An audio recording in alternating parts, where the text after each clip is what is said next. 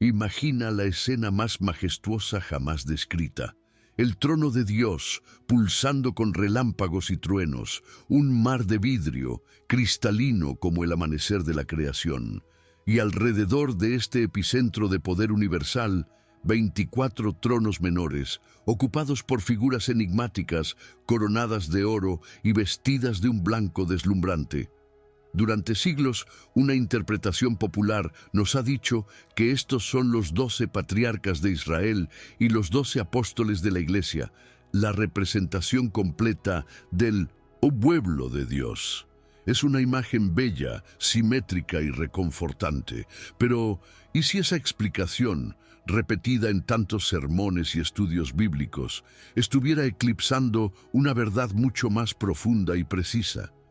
¿Y si, al aceptarla, estuviéramos ignorando una pista crucial, un hilo de oro tejido en las Escrituras 1000 años antes de que el apóstol Juan tuviera su visión en Patmos?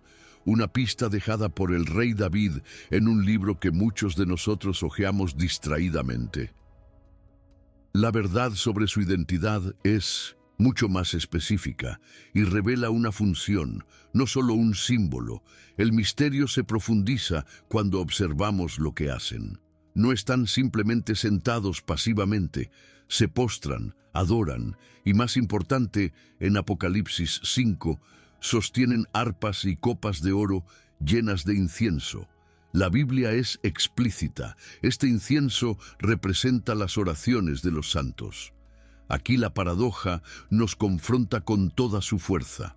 En el Antiguo Testamento, la ofrenda de incienso en el lugar santo era una de las tareas más sagradas y exclusivas, reservada estrictamente a los sacerdotes descendientes de Aarón. Cualquier otra persona que osara realizar tal acto enfrentaría la ira divina. Entonces, ¿por qué estos ancianos, que supuestamente representan a todo el pueblo de Dios, están realizando una función tan distintivamente sacerdotal? ¿Por qué Juan los llama presbíteros, un término de gobierno y liderazgo, y no patriarcas o apóstoles, si eso es lo que son? La matemática del 12 plus 12 simplemente no resuelve esta cuestión. La tensión crece al preguntarnos, ¿por qué el número exacto de 24? ¿Por qué no 12 o 7 o cualquier otro número simbólico? Si son la totalidad de los redimidos, ¿por qué en otros pasajes de Apocalipsis se les ve como un grupo distinto de la gran multitud que nadie podía contar?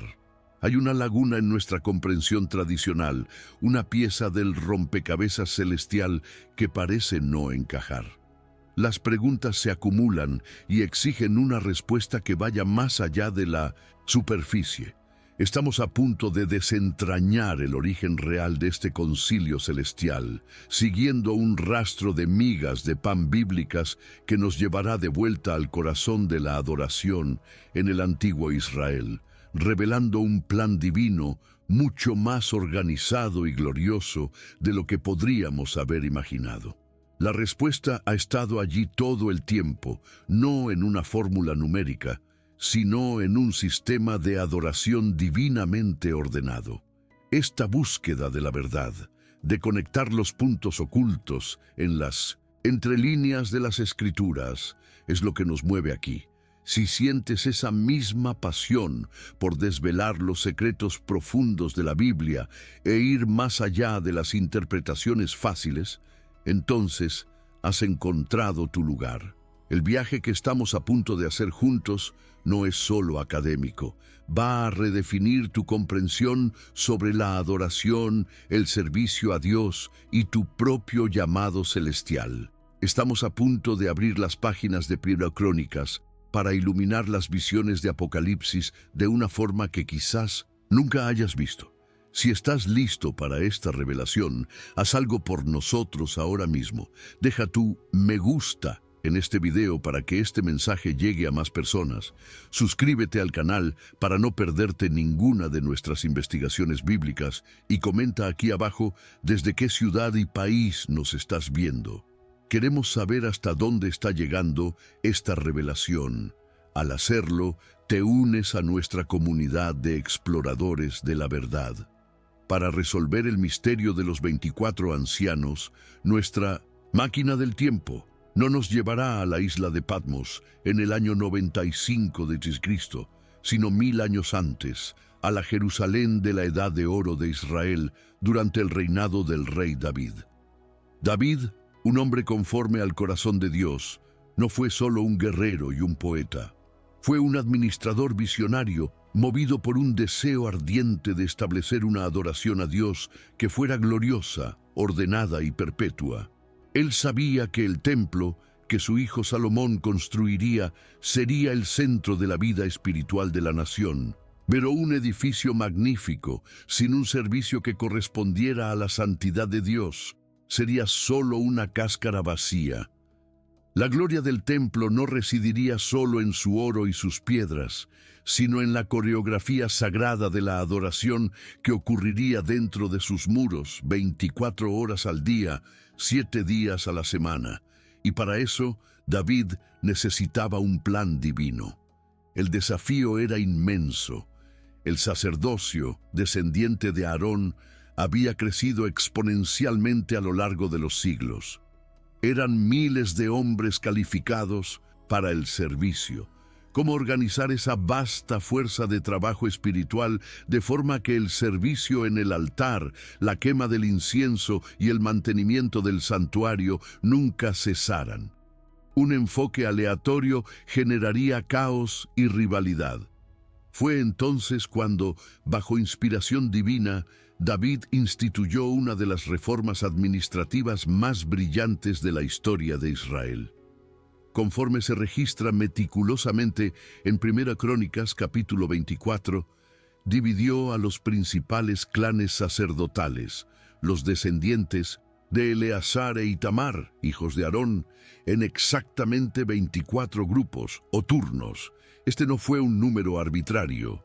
Fue una solución divinamente inspirada para un problema logístico complejo, garantizando que cada familia sacerdotal tuviera su honor y su tiempo designado de servicio ante el Señor. Imagina la escena en Jerusalén. Se realiza un sorteo solemne en presencia del rey David, de los príncipes y de los principales sacerdotes, Sadoc y Ahimelech. Se sacan nombres, y el destino de 1905 generaciones de familias sacerdotales queda sellado.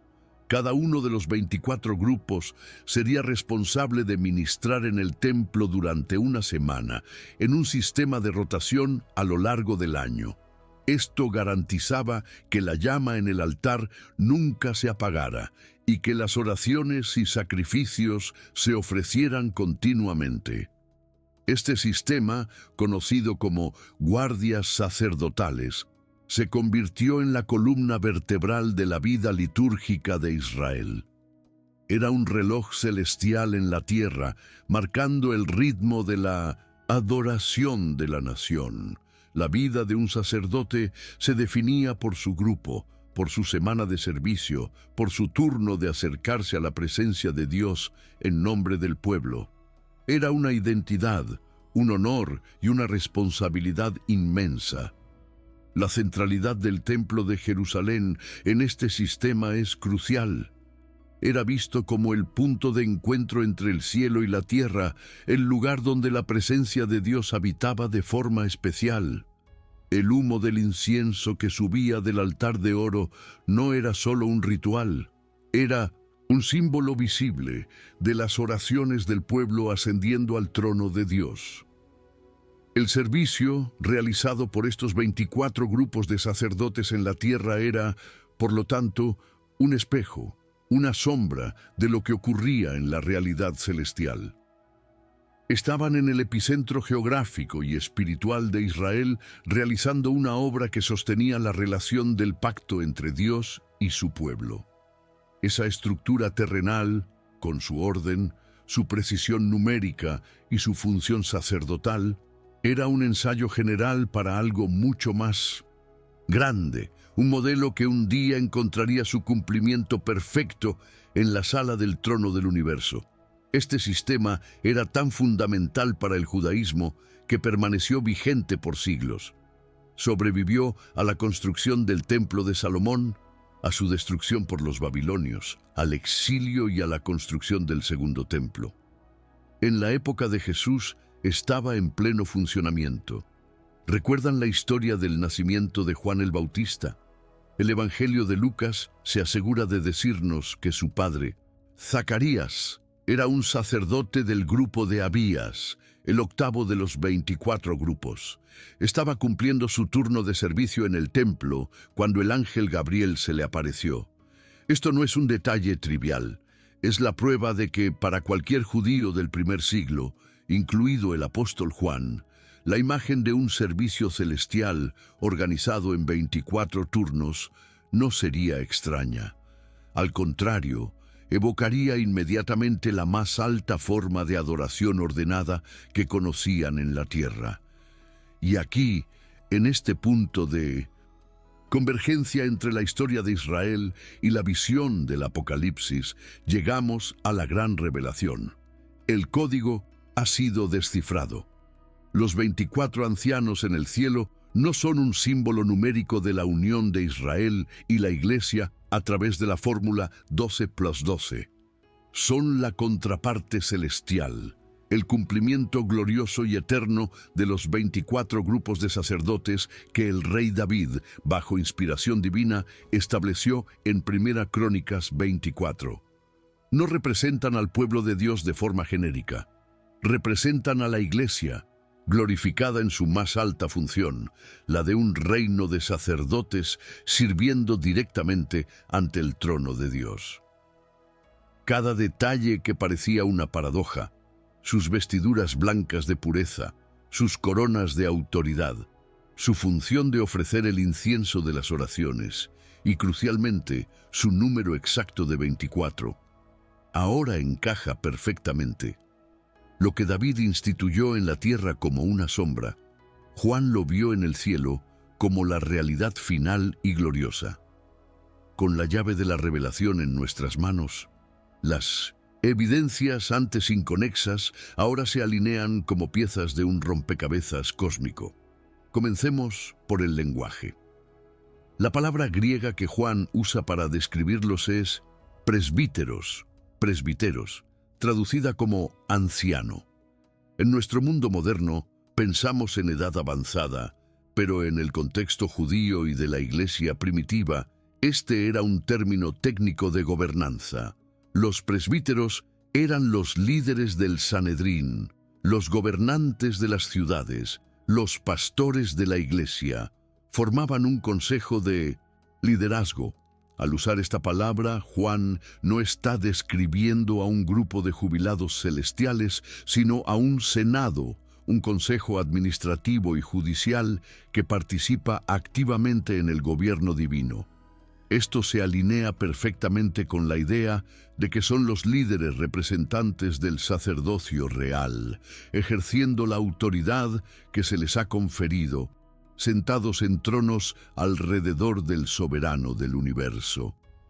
La elección de la palabra no es accidental, es una designación precisa de su función gubernamental. Ahora volvamos a la evidencia más contundente, la escena de Apocalipsis 5:8. Los ancianos tienen copas de oro llenas de incienso, que son las oraciones de los santos. Profundicemos en el significado de esto. Bajo la ley mosaica, conforme a Éxodo 30, la ofrenda de incienso en el altar de oro era una prerrogativa exclusiva del sacerdocio arónico. Era el acto que simbolizaba la mediación, llevando las súplicas del pueblo directamente a la presencia de Dios.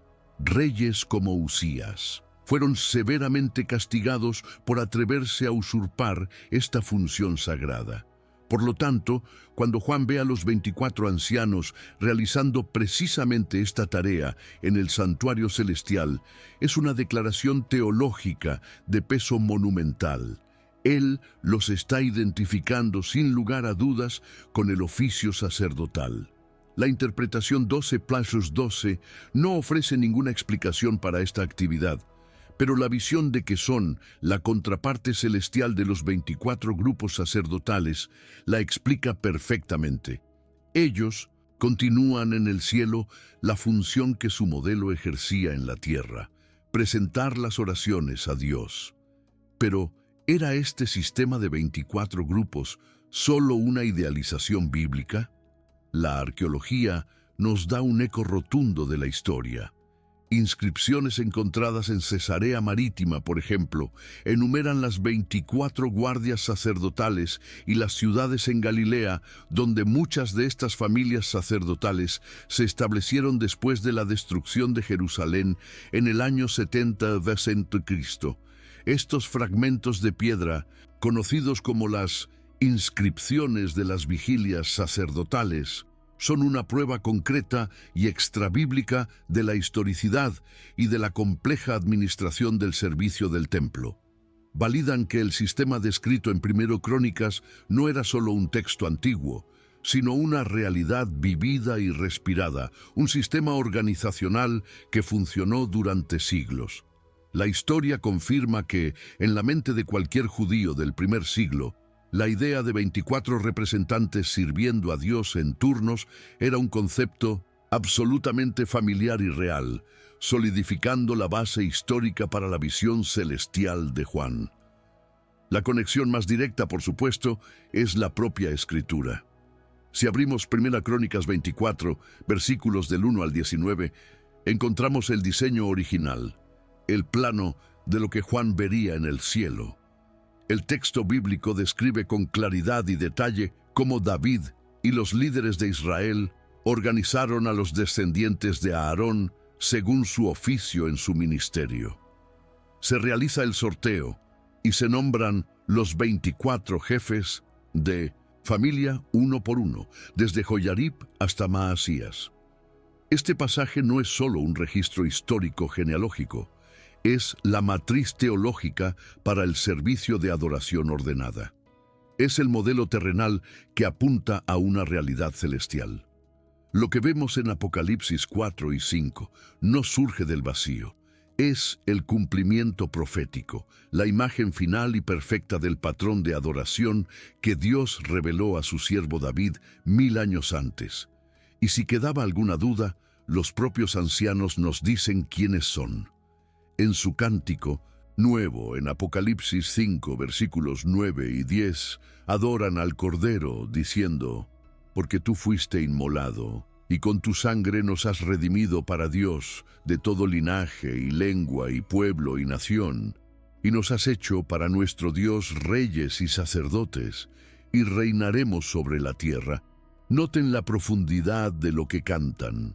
Aunque algunas traducciones dicen «nos has hecho», el contexto y la gramática sugieren que hablan en nombre de los redimidos, diciendo «los hiciste». Se ven como representantes de ese grupo mayor. Cantan sobre la identidad de la Iglesia, una identidad de realeza y sacerdocio, y es precisamente esa identidad la que ellos mismos personifican, sentados en tronos como reyes y sirviendo en el santuario como sacerdotes. Su canción es la confirmación de su función representativa. La relevancia contemporánea de este sistema sacerdotal se confirma en el Nuevo Testamento, probando que no era una reliquia olvidada. Como mencionamos, la historia de Zacarías en Lucas 1:5-9 es la prueba viviente. Lucas, un historiador meticuloso, ancla su evangelio en hechos verificables.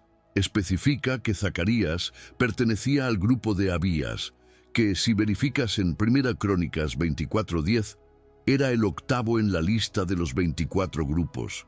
Zacarías no estaba en el templo por casualidad. Estaba allí porque era su turno en la rotación divinamente ordenada por David. Este detalle crucial demuestra que el sistema de los 24 grupos era una parte integral y activa de la adoración a Dios en la época de Cristo.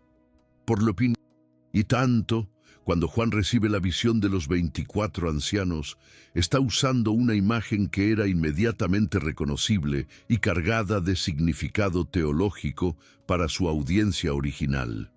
Finalmente, la propia descripción visual de ellos en Apocalipsis 4:4 es una teología en sí misma. Cada detalle corrobora su doble función. Están sentados en 24 tronos, thronui, tronoi, un símbolo inequívoco de autoridad real y judicial. No son solo espectadores, participan en el gobierno de Dios. Están vestidos con vestiduras blancas, que en la Biblia simbolizan pureza, justicia y, crucialmente, el atuendo de los sacerdotes que ministraban en el santuario. Y en sus cabezas llevan coronas de oro, Stephanus, que aquí representan la victoria y la autoridad real, concedida a aquellos que han vencido, reyes en tronos, sacerdotes con vestiduras blancas. La imagen no podría ser más clara. Son la personificación de la promesa hecha a la Iglesia, ser un reino de sacerdotes. Cada elemento de su apariencia testifica su verdadera identidad, el liderazgo glorificado de los redimidos. Entonces, ¿qué significa este descubrimiento para nosotros hoy? En primer lugar, transforma nuestra visión de la adoración celestial. La adoración en la presencia de Dios no es un caos extático y desorganizado, es una liturgia divina, una sinfonía de gloria con un orden y una estructura magníficas. Al ver a los 24 ancianos, representantes del sacerdocio real, sirviendo en perfecta armonía, comprendemos que Dios es un Dios de propósito y de orden. El patrón que Él estableció con David en la tierra era más que un reglamento temporal. Era una profecía, una ventana a la propia sala del trono celestial. Esto nos muestra la increíble fidelidad y consistencia de Dios. Él no abandona sus planes, los cumple de maneras más gloriosas de lo que podemos imaginar. La historia de la redención es una única y cohesiva historia, donde las sombras del Antiguo Testamento encuentran su sustancia radiante en el Nuevo Pacto.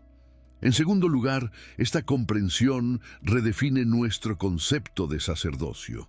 A muchos de nosotros se nos enseñó que el sacerdocio levítico fue simplemente abolido y reemplazado. Sin embargo, la imagen de los 24 ancianos nos muestra algo mucho más hermoso. No fue abolido, fue gloriosamente cumplido y expandido a toda la Iglesia. La promesa hecha a Israel en Éxodo 19 de que serían un reino de sacerdotes, y la afirmación de Pedro en su primera carta de que la Iglesia es linaje escogido, real sacerdocio, cobran vida en esta visión. Los 24 ancianos son la prueba visible de que la función sacerdotal de adorar, de servir, de mediar en oración, no terminó, sino que fue elevada. Ya no estamos limitados a una tribu o familia. En Cristo, todos hemos sido llamados a este alto oficio de ministrar ante Dios. Finalmente, esta verdad arroja una luz de significado eterno sobre nuestras vidas cotidianas. Si el servicio sacerdotal en la tierra era un ensayo para el servicio eterno en el cielo, entonces cada acto de servicio que hacemos para Dios hoy, no importa cuán pequeño o invisible parezca, es parte de ese mismo ensayo. La manera en que oras por tu familia, la integridad con la que trabajas en tu profesión, la palabra de aliento que ofreces a un hermano, todo esto forma parte de tu entrenamiento sacerdotal. No estamos simplemente matando el tiempo mientras esperamos el cielo. Estamos en preparación. Estamos aprendiendo las melodías del cántico nuevo que entonaremos. Nuestro servicio mundano, cuando se hace para la gloria de Dios, es una preparación directa para un servicio eterno y glorioso en la presencia inmediata de nuestro Rey. Esto da un peso y una dignidad increíbles a cada momento de nuestras vidas. Esa visión de un concilio celestial, de tronos y coronas de oro, puede parecer infinitamente distante de tu realidad ahora. Quizás estás viendo este video en medio de una rutina agotadora. enfrentando problemas financieros, cuidando de hijos enfermos o lidiando con la ansiedad sobre el futuro. La sala del trono de Dios puede parecer una galaxia lejana a tu sala de estar.